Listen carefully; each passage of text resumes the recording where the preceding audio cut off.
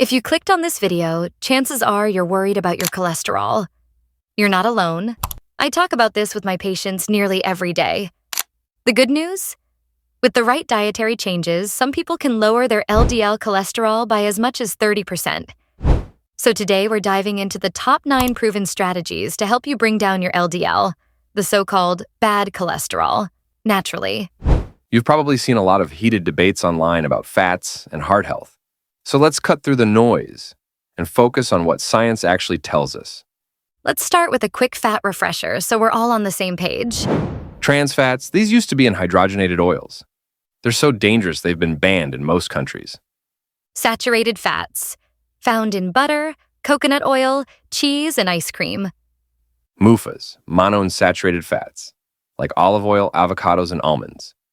PUFAs, polyunsaturated fats, omega-3s and omega-6s, found in salmon, walnuts, flax seeds, and sunflower seeds. It's well established. Cutting back on saturated fats lowers your LDL.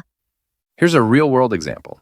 Skipping a single honey cruller donut, which has about 100 calories of saturated fat, could lower your LDL by 6.5 to 10.5 points, depending on what you replace it with.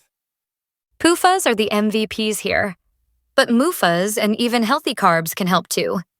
Protein hasn't been studied directly for LDL reduction, but the OmniHeart trial suggests it probably plays a supportive role.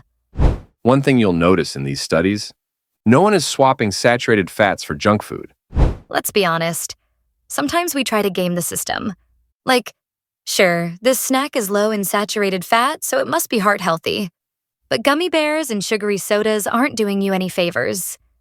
In fact, they're linked to weight gain, metabolic syndrome, and higher cardiovascular risk. Working on this video made me take a hard look at my own diet.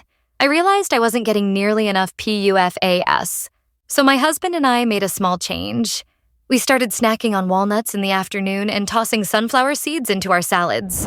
It was easy once we added them to the grocery list. When we think saturated fat, we picture fatty meats and butter. But here's a surprise. Some sugary snacks and drinks are packed with it too. A large Tim Hortons iced cappuccino? Up to 21 grams of saturated fat. That's like drinking the fat from 16 slices of bacon.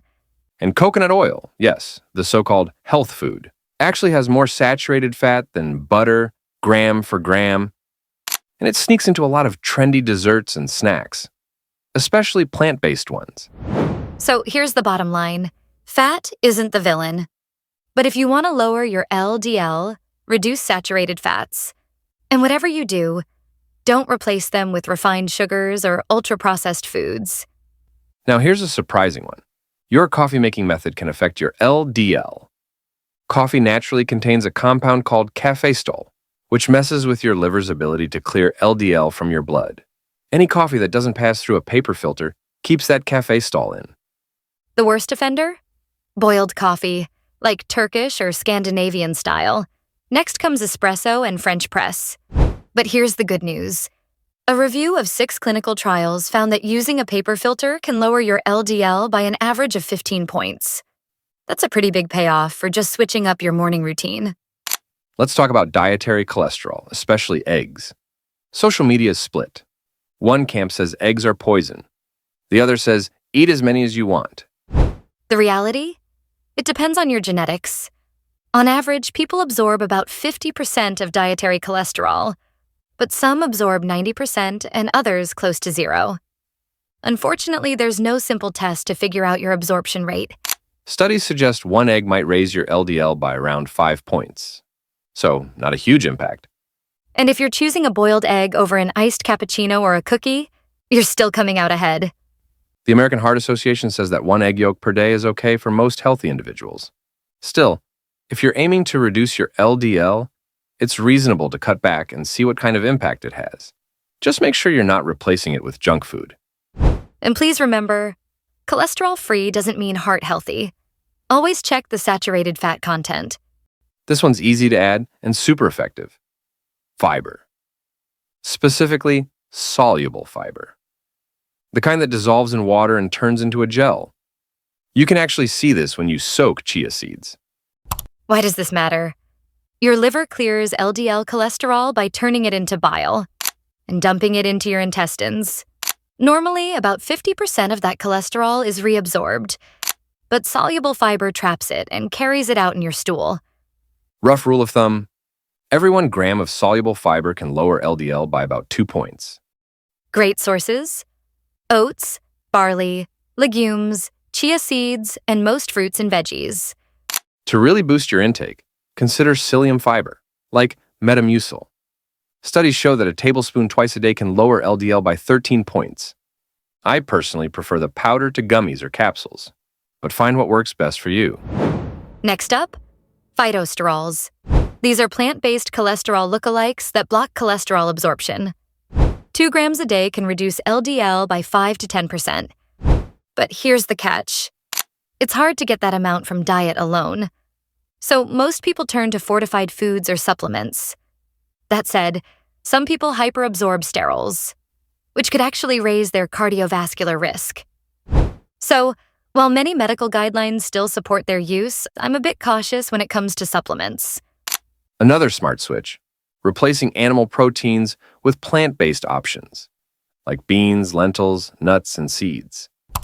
A review of 108 trials showed that this swap can reduce LDL by about 6 points. Plus, you get extra benefits, like fiber, healthy fats, and 0 cholesterol. Now, about exercise. It's amazing for your health. But when it comes to LDL, the effect might not be as big as you expect. Still, recent studies show that doing cardio 4 times a week could lower LDL by 5 to 6 points.